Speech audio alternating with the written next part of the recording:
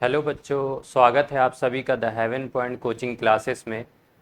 तो आज हम आप लोग के सामने चर्चा करेंगे क्लास 12 के चैप्टर वाइज इंट्रोडक्शन क्लासेस के बारे में। ठीक है, ये क्लास मैथ्स की होगी। क्लास 12 में जो मैथ्स है आपका, तो उसमें मैं चैप्टर वाइज आपको इंट्रोडक्शन क्लास देने वाला हूँ।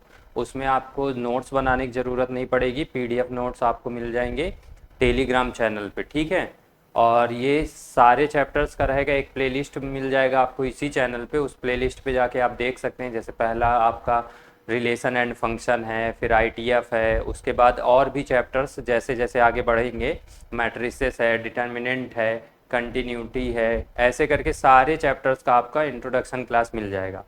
किसी भी चैप्टर्स को पहले समझ लेंगे, फिर उसके क्वेश्चंस करेंगे तो इजी रहेगा। ठीक है, फिर इस क्लास को करने के बाद आप इस चैप्टर के क्वेश्चन करेंगे तो इजीली आप कर पाएंगे।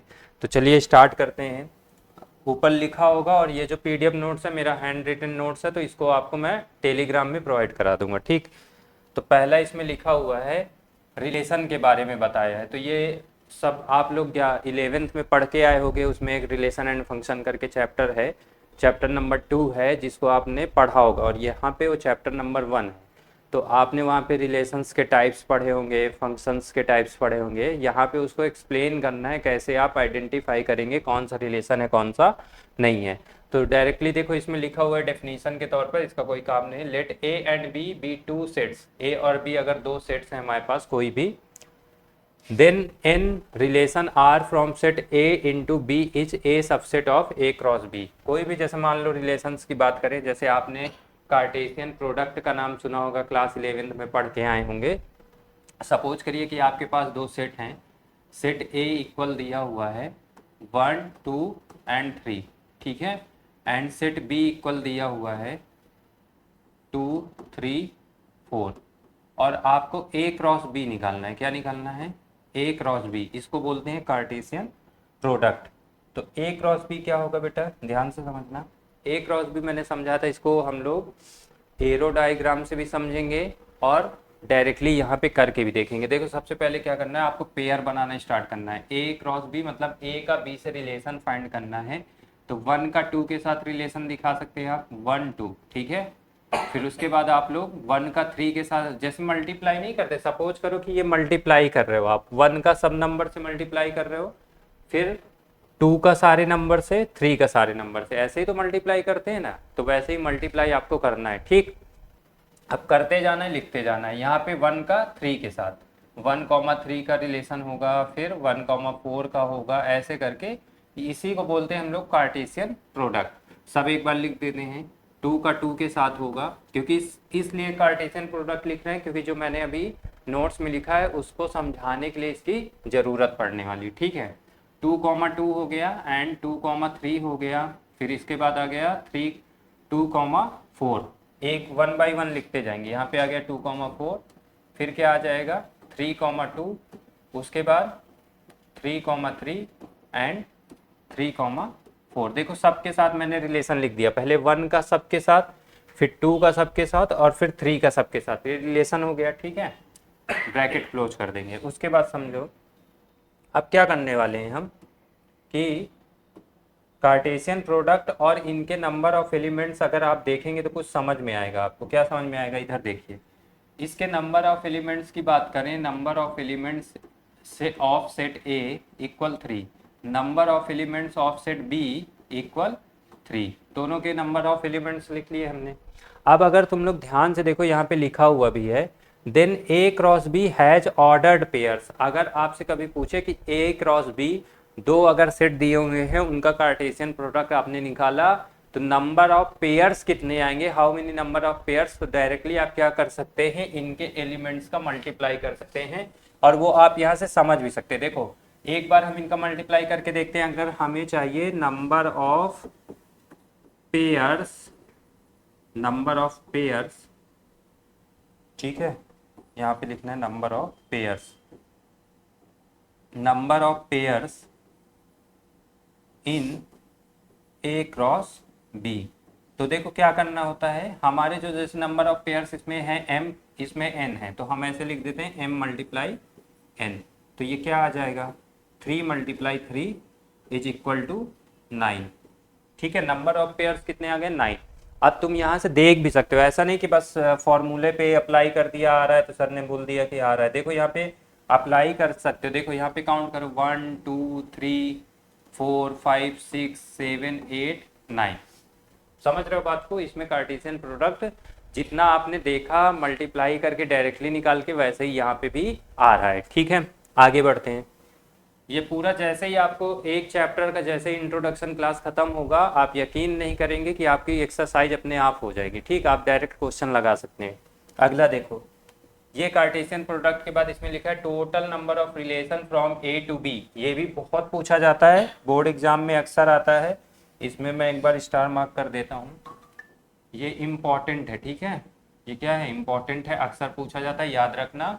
ए टू बी में नंबर ऑफ रिलेशन पूछेगा तो 2 की power m into n, where m is the number of elements in set A and n is the number of elements in set B। ठीक है, जो मैंने यहाँ पे एक्सप्लेन करके लिखा है।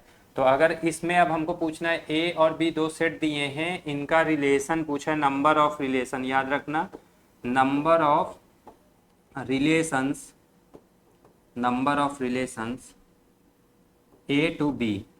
ए टू बी में हमें नंबर ऑफ रिलेशन चाहिए तो लिखेंगे 2 की पावर m n, तो ये आ जाएगा 2 की पावर 3 मल्टीप्लाई 3, 2 की पावर 9। ऑप्शन में 2 की पावर 9 भी दे सकता है या फिर इसको कैलकुलेट करके दे देगा। ठीक है, उसकी दिक्कत नहीं है। ये बात समझ में आ गई आप लोग को? समझ गए ना अच्छे से? चलो नेक्स्ट जो लिखा है उस पर बात करते हैं। ये मैंने बताया, देखो इस पेज में सब, देखो पहली बात जितना नोट्स में लिखा है सब चीज़ इंपॉर्टेंट है, बट आपको जो मोस्ट इंपॉर्टेंट जिसे भूलना ही नहीं तो उसको भी मैं स्टार करते जाऊंगा। ठीक, अगली बात समझे, स्क्रीनशॉट लेना है तो ले सकते हो, इसको समझ लो अच्छे से। अगला है टाइप्स ऑफ रिलेशंस के बारे में समझेंगे, मोस्ट इंपॉर्टेंट टॉपिक है, यहाँ से क्वेश्चन आने ही आने हैं। अक्सर जेई मेंस में भी रिलेशन एंड फंक्शन से क्वेश्चन पूछ लेता है और चुपचाप नंबर दे के चला जाता है, क्योंकि ये बहुत ईजी चैप्टर है। ठीक, और यहाँ से नंबर आप चुरा सकते हैं वहाँ पे। ठीक, अगला देखो, इसको इरेज कर दे रहा हूँ मैं। ठीक है, एक एक चीज़ अगर अच्छे से समझोगे ना तो बहुत इजी लगेगा और कोई प्रॉब्लम नहीं होने वाली है। चलो भाई, अगला देखो, समझते हैं एक बार। अगली बात लिखी टाइप्स ऑफ रिलेशंस के बारे में, तो हम एक एक टाइप पढ़ेंगे। इसके 3 टाइप्स यहाँ पे बहुत इंपॉर्टेंट है। इसमें मैंने कुछ टाइप्स मेंशन नहीं किए जो आपको 11th क्लास में बताया जा चुका है, क्योंकि वो सारी चीज़ें लिखेंगे तो फिर आपको रिवीजन करने में प्रॉब्लम होगी। ठीक, तो आप जो 11th क्लास में पढ़ के आए हैं, मुझे ऐसा लगता है कि आपको याद होगा, फिर भी जो ज़रूरत होगी मैं बीच बीच में बोलता रहूँगा। जैसे इसमें पहला लिखा हुआ है रिफ्लेक्सिव, क्या लिखा है, रिफ्लेक्सिव। इसको सेल्फिश कहते हैं। सेल्फिश कैसे, मतलब देखो, ये कहता है कि जो रिलेशन ए का है वही दूसरे के साथ भी होना चाहिए। मतलब एक के साथ एक, वैसा 1 है तो यहाँ पे 1,1 जरूर आना चाहिए, 2 है तो 2,2 जरूर आना चाहिए, एंड 3 है तो 3,3 जरूर आना चाहिए। ऐसा इसमें आना ही चाहिए, ऐसा इस बोलता है। देखो नीचे लिखा भी हुआ है। रिफ्लेक्सिव की सबसे अच्छी पहचान करने के लिए यही तरीका है, आप इससे रिफ्लेक्सिव की पहचान कर सकते हैं। मैं कुछ एग्जाम्पल्स लेके आपको समझा सकता हूँ। ठीक, जैसे कह दिया जाए कोई भी रिलेशन आपको दिया है, मैं डायरेक्ट रिलेशन बता रहा हूँ, कोई भी रिलेशन आपको दिया है, उसमें लिखा हुआ है 1,2 1,3 3,3 एंड 4,4, ये रिलेशन आपको दिया हुआ है। अब आपको ध्यान क्या देना है, जैसे मान लो कोई सेट भी साथ में दे दे आपको, a बराबर 1 2 3 4, ये सेट दे दिया है, रिलेशन दिया हुआ है, आपसे पूछा जाएगा कि बताइए रिफ्लेक्सिव है या नहीं है, ऐसा क्वेश्चन आपसे पूछा जा रहा है। तो ऐसे क्वेश्चन को करने के लिए आपको क्या करना पड़ेगा, देखिए ध्यान से समझिएगा। क्वेश्चन जो पूछा है उसमें क्या करना है, ये रिफ्लेक्सिव है या नहीं, इसको चेक करने के लिए मैंने क्या बताया, जो भी आपका सेट दिया है इसके जितने भी एलिमेंट्स हैं वो खुद के साथ रिलेशन में होने चाहिए। ठीक, तो जैसे ये 1 का 1 के साथ रिलेशन होना चाहिए, मतलब पहला इसका रिलेशन होगा 1,1, दूसरा होगा 2,2 3,3 एंड 4,4। ऐसा करके अगर लिखा हुआ है रिलेशन में तो हम बोलेंगे कि yes this is reflexive, but ऐसा नहीं लिखा तो नहीं होगा।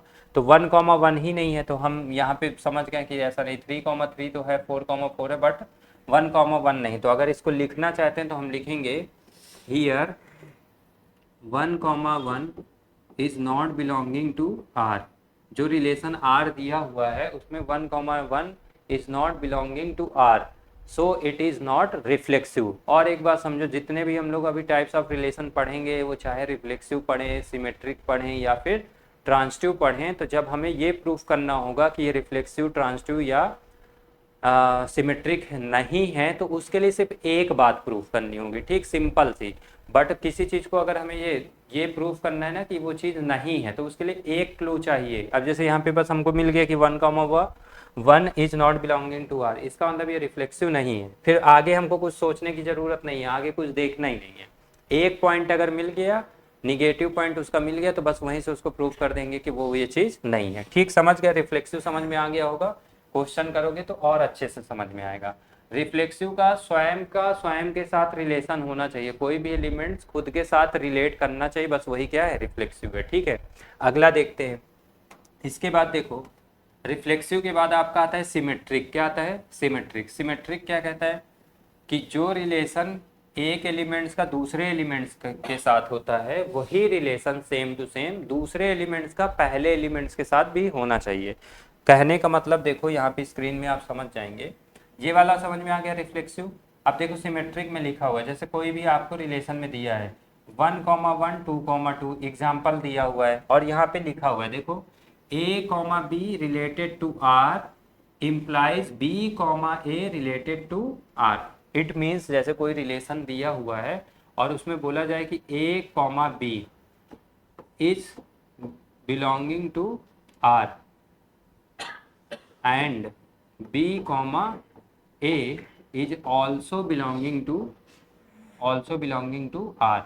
अगर ऐसा दिया हुआ है तो इट मीन्स कि वो कौन सा रिलेशन हो गया? सिमेट्रिक हो गया। क्या हो गया? सिमेट्रिक। रिफ्लेक्सिव मैंने समझा दिया, इसके बाद ये सिमेट्रिक है। ध्यान से सुनो, सिमेट्रिक बहुत अच्छा है, रिफ्लेक्सिव भी है और ट्रांसटिव। अक्सर एग्जाम में घुमा फिरा के ही पूछता है। तो इसका एक एग्जाम्पल अगर लेना चाहे तो देखो कैसे। एग्जाम्पल मैंने लिखा है तो ज़्यादा टाइम नहीं लगाते हैं, यहाँ पे एग्जाम्पल मैंने लिख रखा है। इसमें आपको एक एग्जाम्पल ये नहीं अगर समझ में आ रहा है तो मैं समझा देता हूँ। देखो यहाँ पे मैंने लिखा हुआ है 1,1 एंड 2,2। तो ये कैसे इसमें एग्जाम्पल में लिखा है कि ये सिमेट्रिक है, तो कैसे ये सिमेट्रिक है देखते हैं। जैसे रिलेशन दिया हुआ है R इक्वल, एक मिनट, रिलेशन दिया हुआ है R इक्वल 1,1, ठीक, एंड 2,2, और इसको बोला गया है कि ये आपका क्या है? सिमेट्रिक है। तो हम चेक करते हैं कैसे सिमेट्रिक है। सपोज करो थोड़ी देर के लिए इसे मान लेते हैं ये A है और ये क्या है? B। तो हम यहाँ पे लिखेंगे A, B, इट मीन्स क्या लिख रहे हैं? 1,1। यही इसका मतलब तो यही है ना, is belonging to R। And अब क्या लिखना है हमें? अब A, B ये है तो B, A क्या होगा?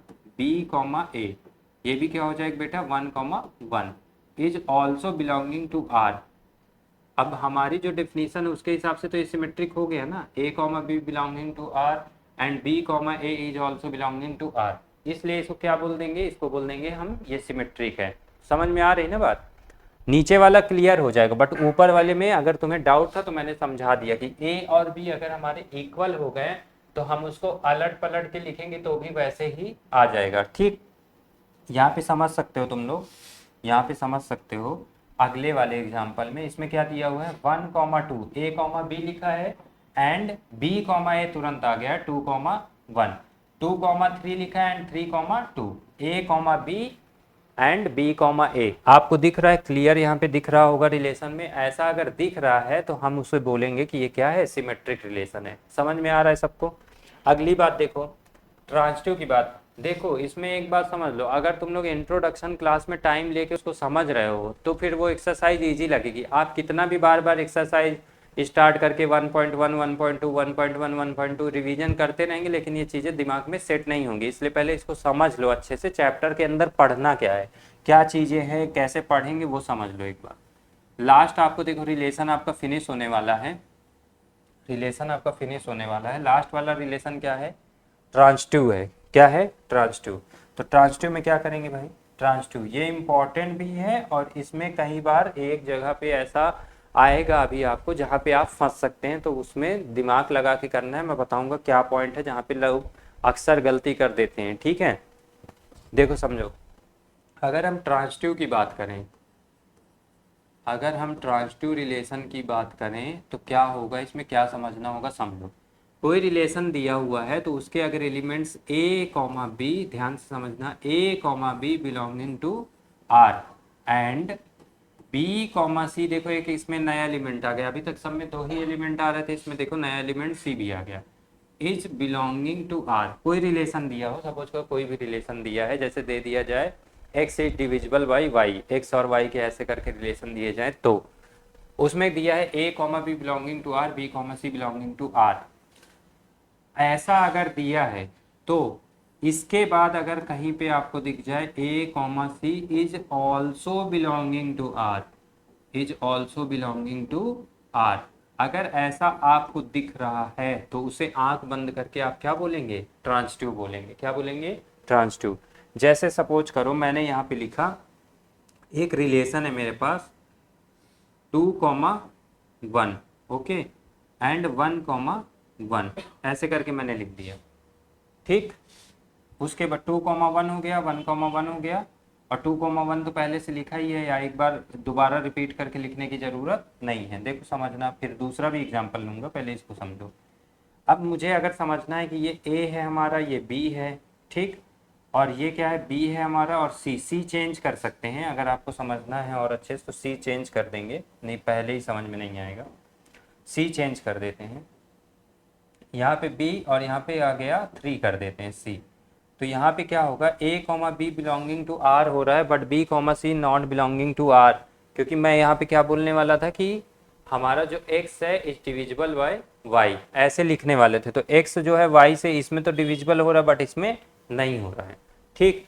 कोई दूसरा एग्जाम्पल लेके और अच्छे से क्लियर कर रहे हैं इसको, तो तुम्हें समझ में आएगा। ये चीज़ देखो ऊपर जो लिखा है वो समझ में आ गया होगा। नीचे देखो एक एग्जाम्पल, जैसे मैं कह दूँ 4,2, ठीक है, फिर उसके बाद 2,1 एंड इसके बाद 4,1, ये एग्जाम्पल आई थिंक आपको समझ में आ जाएगा। ये रिलेशन दिया हुआ है, और रिलेशन में क्या दिया है, यहाँ पे एक्स वाई है, सारी चीज़ क्या है, एक्स वाई ऐसे करके लिखा हुआ है, मतलब एक्स वाई करके लिखा हुआ है रिलेशन में, तो वो हम बता रहे हैं आपको। और इसमें रिलेशन में दिया क्या है, इन्फॉर्मेशन क्या दी है, ये समझते हैं। इन्फॉर्मेशन दी है कि जो रिलेशन है वो क्या है, x is divisible by, x is divisible by y। अब चेक करते हैं यहाँ पे पहले ऐसी चीज़ें हो रही हैं क्या। 4,2, क्या 4 2 से डिविजिबल है, यस बिल्कुल है। 2,1, क्या 2 1 से डिविजिबल है, 100% है।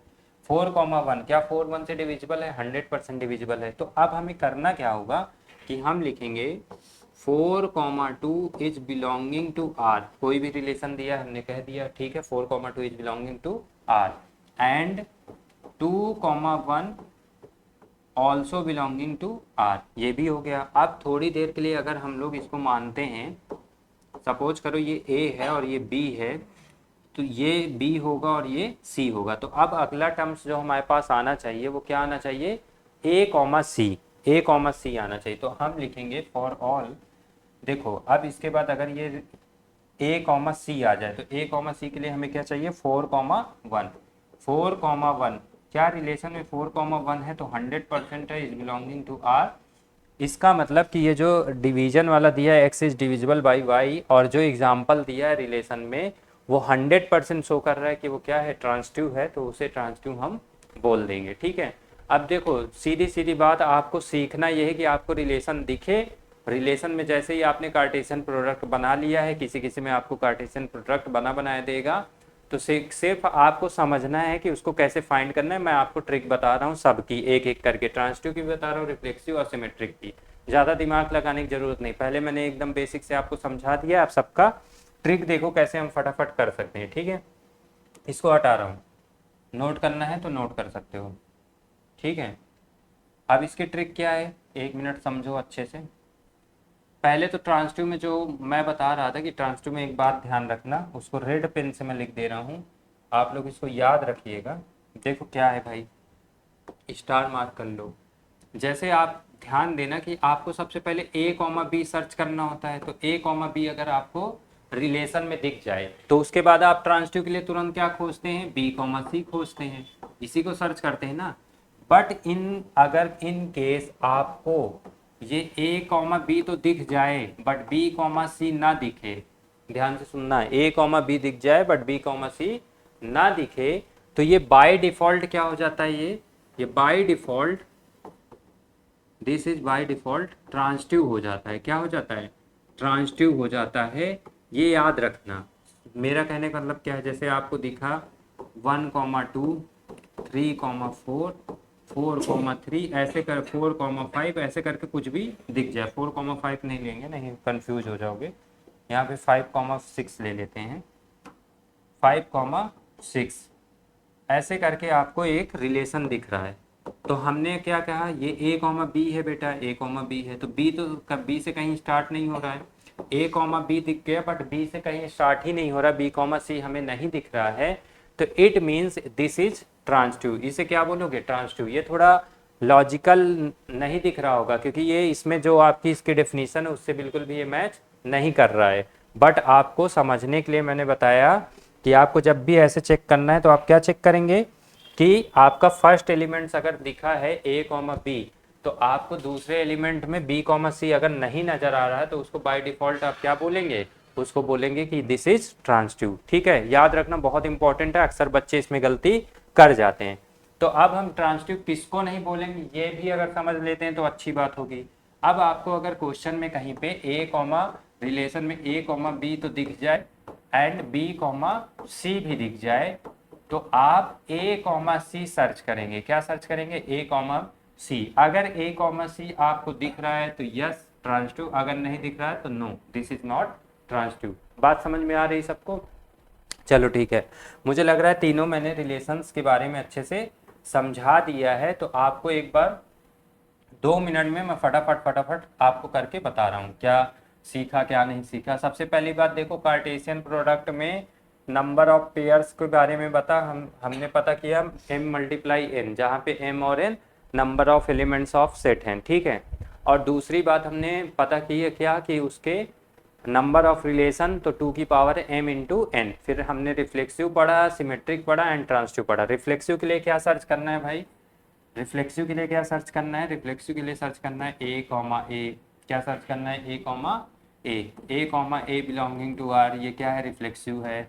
ए comma B and B comma A, जैसे इसको और अच्छे से लिख दें फटाफट, आप लोग भी रिवाइज कर सकते हैं। A comma B related to R and B comma A is also related to R, this is क्या है, सिमेट्रिक। ये है आपका रिफ्लेक्सिव, ये है आपका सिमेट्रिक।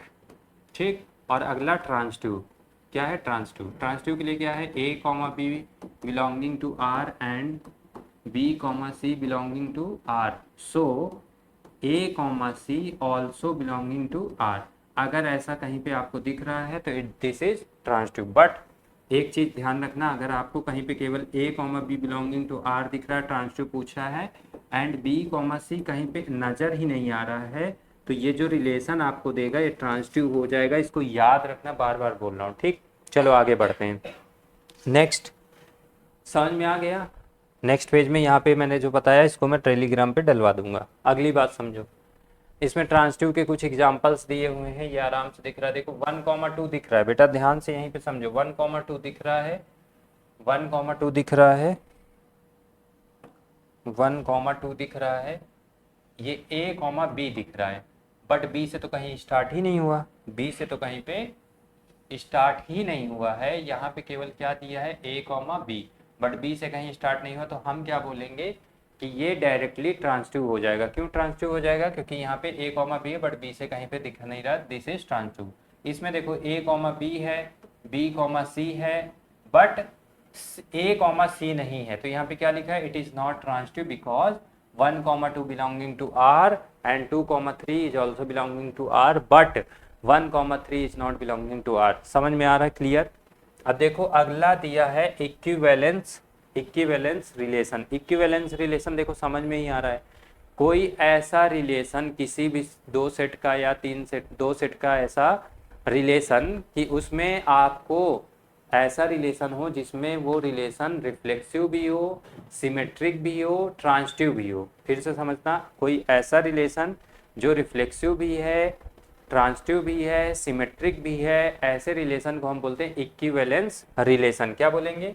इक्विवेलेंस रिलेशन बोलेंगे। ठीक है, तो इसमें क्या क्या दिया हुआ है, जैसे आप एग्जांपल के लिए देखो यहाँ पे दिया है 1,1, 2,2, 3,3 ऐसे करके रिलेशन में दिया हुआ है। तो आप यहाँ पे चेक कर लेते हैं। ठीक, ए सेट दिया है 1 2 3, ठीक, और इसमें कोई ना कोई रिलेशन दिया है। रिलेशन का कार्टेशियन प्रोडक्ट दिया हुआ है हमारे पास, क्या क्या है, 1,1, 3,2, 2,2 भी दिया हुआ है, सॉरी 2,2 भी दिया है, फिर 2,2 दिया है, 3,3 दिया है, और 1,2 है, 2,1, 2,3 एंड 3, 1,3 ऐसे करके रिलेशन दिया हुआ है। उसका कार्टेशियन प्रोडक्ट हमें दे रखा है। तो हम क्या करने वाले हैं, अगर ऐसा दिया हुआ है तो हम चेक करेंगे। सबसे पहले हमें चेक करना है इसके हिसाब से 1,1, 2,2 एंड 3,3 है क्या। अगर ऐसा है तो ये क्या हो जाएगा, रिफ्लेक्सिव हो जाएगा। तो यहाँ पे दिख रहा है 1,1, 2,2, 3,3, तो ये रिफ्लेक्सिव तो हो गया बेटा। ठीक, अब सिमेट्रिक के लिए देखना है, कहीं पे अगर 1,2 है तो 2,1 दिया है क्या, चेक करते हैं 1,2 एंड 2,1, दिस इज क्या हो जाएगा, ये सिमेट्रिक भी हो गया। ठीक, ये सिमेट्रिक भी हो गया। अब नेक्स्ट हमें चेक करना है कि कहीं पे 1,2, 2,1, तो कहीं पे 1,1 दिया तो 100% दिया। अगला देखो 2,1, 2,3, तो 1,3 दिया है क्या, 100% दिया है। तो आपको कोई भी दिक्कत होने वाली नहीं है। ये क्या हो गया, ट्रांजिटिव भी हो गया, रिफ्लेक्सिव भी है, सिमेट्रिक भी है, और ये ट्रांजिटिव भी है। इसलिए ये क्या हो जाएगा, इक्विवेलेंस हो जाएगा। क्या हो जाएगा, इक्विवेलेंस। यहाँ पे लिखा हुआ है, देखो अच्छे से समझ सकते हो आप लोग। यहाँ पे लिखा है एग्जाम्पल के साथ साथ, यहाँ पे लिखा है this is reflexive, symmetric, transitive. Here are is reflexive, symmetric and transitive, so it is an equivalence relation. Clear है बात? ठीक है, क्लियर हो रहा है। चलो नेक्स्ट। तो रिलेशन के बारे में बस इतनी जानकारी है, तो धीरे धीरे फिर उसके बाद आपको प्रैक्टिस करना है। अगर आप सोचेंगे कि यहीं पे पूरी खिचड़ी बना लेंगे ना, तो कुछ नहीं समझ में आएगी। इतनी जो थ्योरी बताई जा रही रिलेशन के बारे में, it is sufficient to solve the NCERT question and other books. तो आप स्टार्ट करिए, इनको पढ़ने के बाद आप स्टार्ट करिए कि आपको इसको सॉल्व करना है, इनके थ्रू आपको सॉल्व करना है। फिर आपको जो भी तकलीफ होगी, जो भी प्रॉब्लम्स होगी, जब मैं इसकी एक्सरसाइज कराऊंगा तो उसमें डिस्कस करेंगे। क्वेश्चन तो सारे ही डिस्कस होंगे ना। आप इसको ट्राई करिएगा। ये मैंने रिवीजन के लिए भी, अगर आप देखिए आप 12th में जब बोर्ड्स एग्जाम में लास्ट टाइम में होते हैं तो वहाँ पे कुछ ऐसा मिल जाए आपको जो रिवीजन एक दिन पहले हो सके, उसके पर्पज़ से ये आपके सारे फॉर्मूले होंगे। क्लास लेक्चर में देखो टाइम जा सकता है, हो सकता है ये वीडियो बन रही है तो 30 मिनट, 35 मिनट, 1 घंटे की हो जाए, बट जब पीडीएफ मिलेगा तो 4 पेज का ही रहेगा। आप आराम से प्रिंट आउट करा के ऑफलाइन में पढ़ सकते हैं। ठीक है, और पूरा रिवीजन हो जाएगा उससे। नेक्स्ट, अगली बात आ गई भैया फंक्शन के बारे में। फंक्शन को समझते हैं, क्या लिखा है। A function is a relationship between inputs where each input is related to exactly one output. Every function has a domain and codomain और रेंज। देखो फंक्शन क्या है, फंक्शन अगर देखा जाए तो एक मशीन है जिसमें आपने कुछ इनपुट दिया, आउटपुट मिला, इनपुट दिया, आउटपुट मिला, ऐसे करके। अब ऐसा हो सकता है कि एक मशीन में आपने 2 इनपुट दिया, आउटपुट 1 मिले, बट ऐसा कभी नहीं होगा आपने 1 इनपुट दिया, 2 आउटपुट मिल जाए। बात समझ रहे हो ना। एग्जाम्पल से समझते हैं, जैसे मैंने वहाँ पे एक्सप्लेन भी किया है। जैसे कोई सपोज करो हमारे पास कोई फंक्शन है F of x equal x cube दिया है, उसी में से समझा दे रहे हैं क्या लिखा हुआ है। अब आपने, ये हमारी मशीन है, ये कोई फंक्शन है एक्स क्यूब यहाँ पे लिखा हुआ है, इसमें हमने एक इनपुट डाला, एक्स इक्वल क्या डाल दिया, -1 डाल दिया। तो इसमें देखो इनपुट हमने -1 दिया, क्या दिया, -1, तो इसका आउटपुट क्या आएगा, -1 आएगा, क्योंकि -1 का क्यूब क्या होगा, -1 होगा। फिर आपने दूसरा इनपुट दिया 1, यहाँ पे दूसरा इनपुट अगर आप 1 दोगे तो दूसरा इनपुट क्या आएगा, अदर आएगा, दूसरा कुछ चेंज होके आएगा, क्या आएगा, 1 का 1 आएगा। ठीक है, बात समझ रहे हो। अब मेरा कहने का मतलब क्या था, इसमें आप इनपुट चेंज कर रहे हैं तो आउटपुट चेंज हो रहा है, ऐसा फंक्शन है। बट थोड़ी देर के लिए अगर आप कोई ऐसा फंक्शन लेते हैं जिसमें आप इनपुट चेंज कर रहे हैं बट आउटपुट चेंज नहीं होता, तो इसीलिए उसमें क्या होता है कि आपने 2 इनपुट दिया और आउटपुट क्या हो गया, 1 हो गया। जैसे एक्स स्क्वायर है, आपने -1 लिया तो भी कितना आया, +1 आया। आपने +1 लिया तो भी कितना आया, +1 आया। तो इसमें क्या हो सकता है कि आपने 2 इनपुट दिया और आउटपुट 1 आ गया। ये फंक्शन की थोड़ी सी कहानी थी। अब क्वेश्चन कैसे करने हैं, क्या क्वेश्चन में आएगा, क्या ध्यान देना होगा, उसके बारे में थोड़ा सा पढ़ लेते हैं, डिस्कशन कर लेते हैं। तो अगर फंक्शन की बात करें तो यहाँ पे टाइप्स ऑफ फंक्शन में 2 फंक्शन आपको मिलेंगे। एक मिलेगा 1 1 फंक्शन, एक मिलेगा ऑन टू फंक्शन। तो 1 1 फंक्शन को हम लोग बोलते हैं इंजेक्टिव फंक्शन। क्या बोलते हैं, इंजेक्टिव। और ऑन टू फंक्शन को बोलते हैं क्या, ऑन टू भी मिलेगा आपको, बाइजेक्टिव बोलेंगे। क्या बोलेंगे, बाइजेक्टिव। ठीक है, इंजेक्टिव हो गया, ऑन टू को सरजेक्टिव बोलेंगे। और ऐसा फंक्शन जो ऑन टू भी हो और इनटू भी हो, 1 1 भी हो, ठीक है, उसे बोलेंगे बाइजेक्टिव। 1 बाई 1 हम क्लियर करते रहेंगे। ठीक, पहले समझते हैं हम लोग 1 1 फंक्शन के बारे में। किसके बारे में पढ़ेंगे, 1 1 फंक्शन। 1 1 फंक्शन क्या है बेटा, देखो 1 1 फंक्शन क्या है। 1 1 फंक्शन क्या है, जैसे सपोज करो कोई भी फंक्शन दिया हुआ है, फंक्शन दिया है यहाँ पे x+1 दिया है। क्या दिया है, x+1। अब इसमें देखो, अगर 1 1 फंक्शन समझना है तो 1 1 फंक्शन ये कहता है कि इसमें हर एक एलिमेंट की एक सिंगल इमेज होनी चाहिए। क्या बोला मैंने, हर एक एलिमेंट की एक सिंगल इमेज होनी चाहिए। एक इमेज का 2 एलिमेंट या 2 एलिमेंट का एक इमेज, ऐसा नहीं होना चाहिए। एरो डायग्राम से समझने की कोशिश करेंगे। देखो सपोज करो हमारे पास कोई भी एक सेट ए है, ठीक, या फिर फंक्शन है। फंक्शन में ये हमारा हो गया डोमेन। क्या हो गया, डोमेन। डोमेन है, ये हमारा क्या हो गया, डोमेन है। फंक्शन में ये डोमेन है और अगला क्या है, रेंज है। ये डोमेन है और ये रेंज है। बीच में कोई ना कोई फंक्शन है, फंक्शन की वजह से हमारी इमेज क्रिएट होंगी। हमारे पास इसमें एलिमेंट्स क्या है बेटा, 1 2 3 4 5। रेंज में A B C D E ऐसे करके दे दिया। अब मैंने अभी क्या बताया कि इसमें रिलेशन आपको शो करने हैं। तो रिलेशन आप शो करेंगे, कैसे शो करेंगे, 1 का रिलेशन ए के साथ, 2 का बी के साथ, 3 का ई के साथ, 4 का सी के साथ, बस हो गया। अगर आप ऐसे ही 5 का डी के साथ भी कर सकते हैं।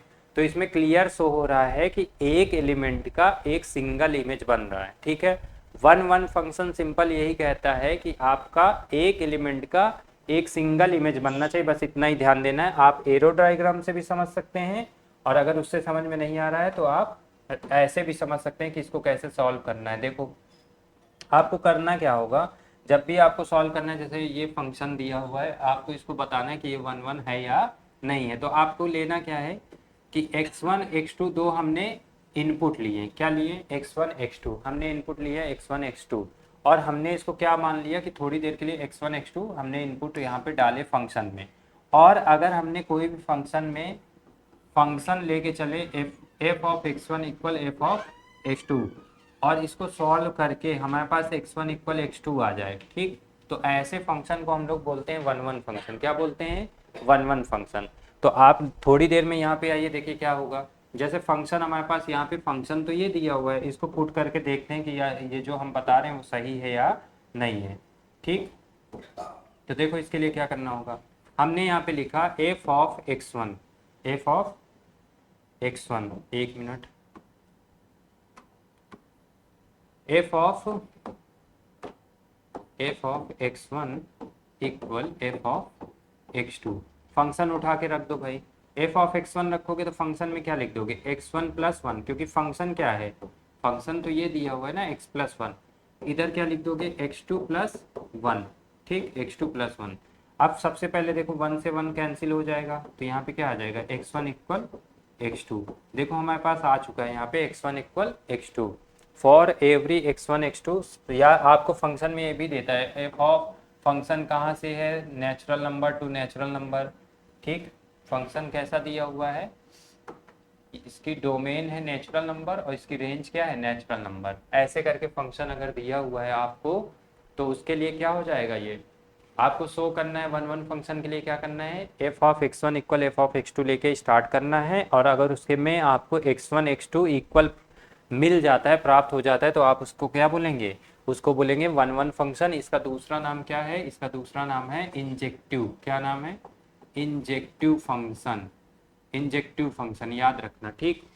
इसमें क्या रहता है, एरो डायग्राम से हमने समझा कि इसमें एक एलिमेंट्स का एक सिंगल इमेज होना चाहिए। अगर ऐसा हो रहा है तो हम उसको क्या बोलेंगे, वन वन फंक्शन बोलेंगे, ठीक है, समझ गए बात को।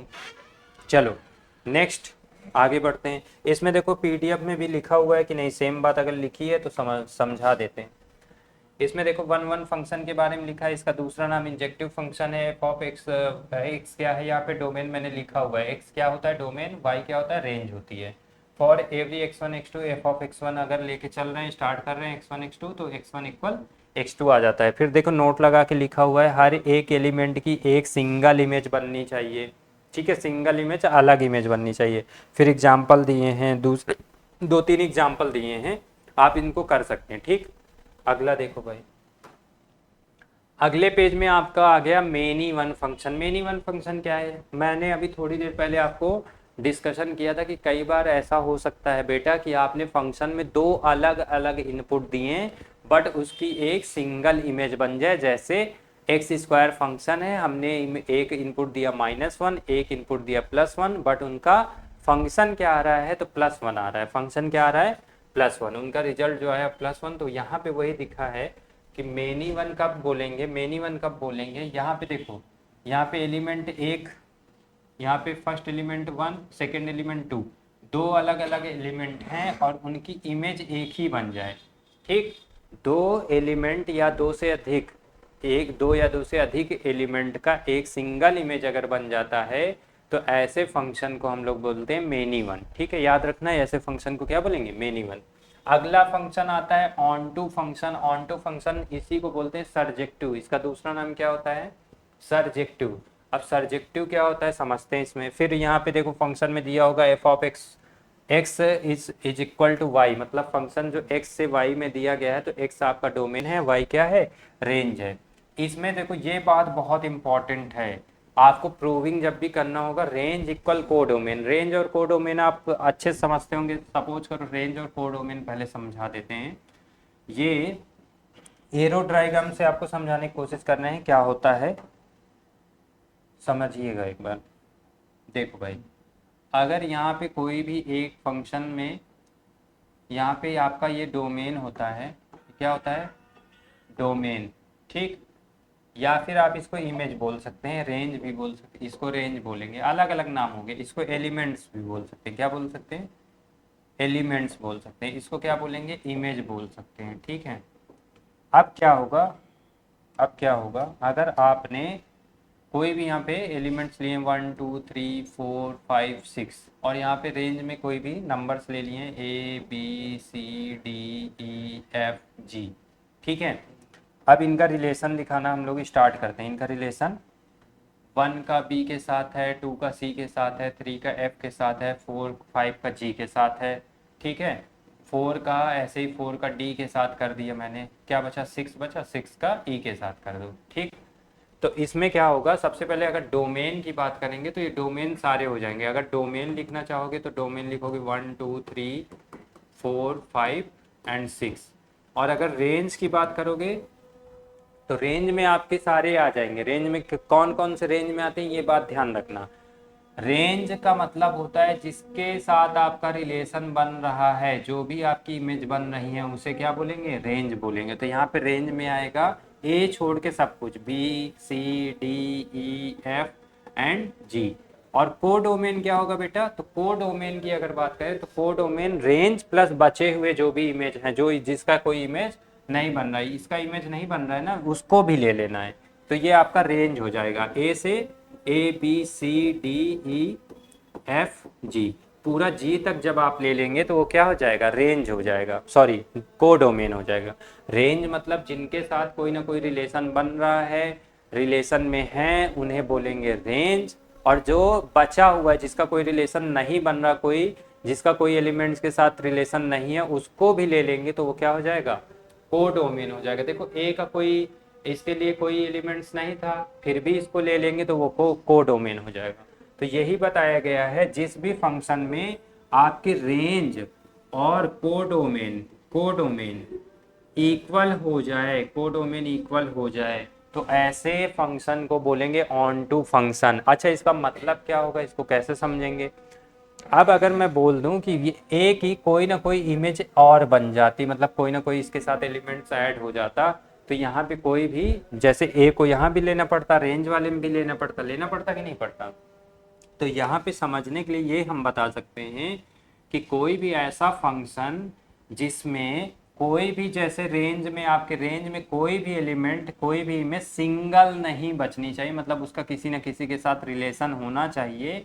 अगर ऐसा है तो वो क्या हो जाता है, ऑन टू फंक्शन हो जाता है, इसीलिए बोला जाता है रेंज इक्वल कोडोमेन। आगे देखो, इसमें फंक्शन में लिखा हुआ है इसमें अच्छे से, हर इमेज का एलिमेंट होना चाहिए। साफ साफ लिखा है इसमें, जितनी भी इमेज होती हैं या जितना भी रेंज होता है उसकी कोई ना कोई एलिमेंट होना चाहिए, उसके लिए कोई ना कोई डोमेन होना चाहिए। जैसे यहाँ पे लिखा है ए बी सी है, ना ए खाली है, ना बी ना सी, सब लोग काम में लगे हुए हैं, 1 2 3 4 के साथ रिलेशन है।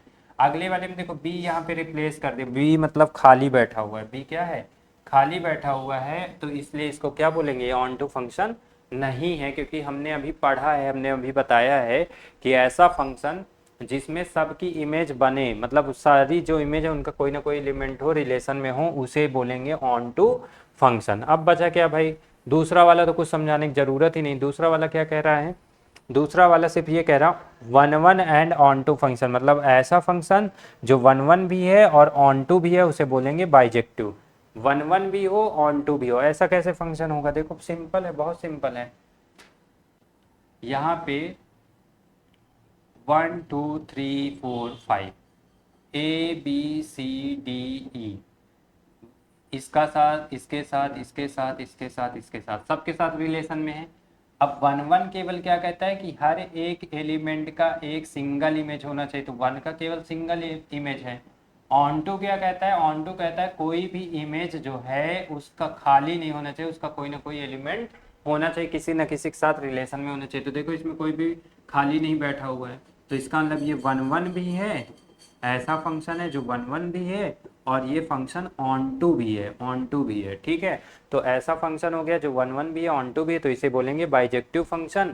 इसे क्या बोलेंगे, बाइजेक्टिव फंक्शन, ठीक, जो दोनों है। नेक्स्ट क्या दिया हुआ है, हो गया फिनिश, ठीक है। तो ये वाला जो चैप्टर है रिलेशन एंड फंक्शन, इसका इंट्रोडक्शन यहीं पे कंप्लीट होता है, और इसके बाद हम मिलेंगे नेक्स्ट वीडियो में जिसमें हम लोग आईटीएफ के बारे में चर्चा करेंगे। उसमें भी पूरा चैप्टर पढ़ लेंगे, जो फॉर्मूले होंगे, जो उसकी थ्योरी होगी, कैसे क्वेश्चंस को करने हैं।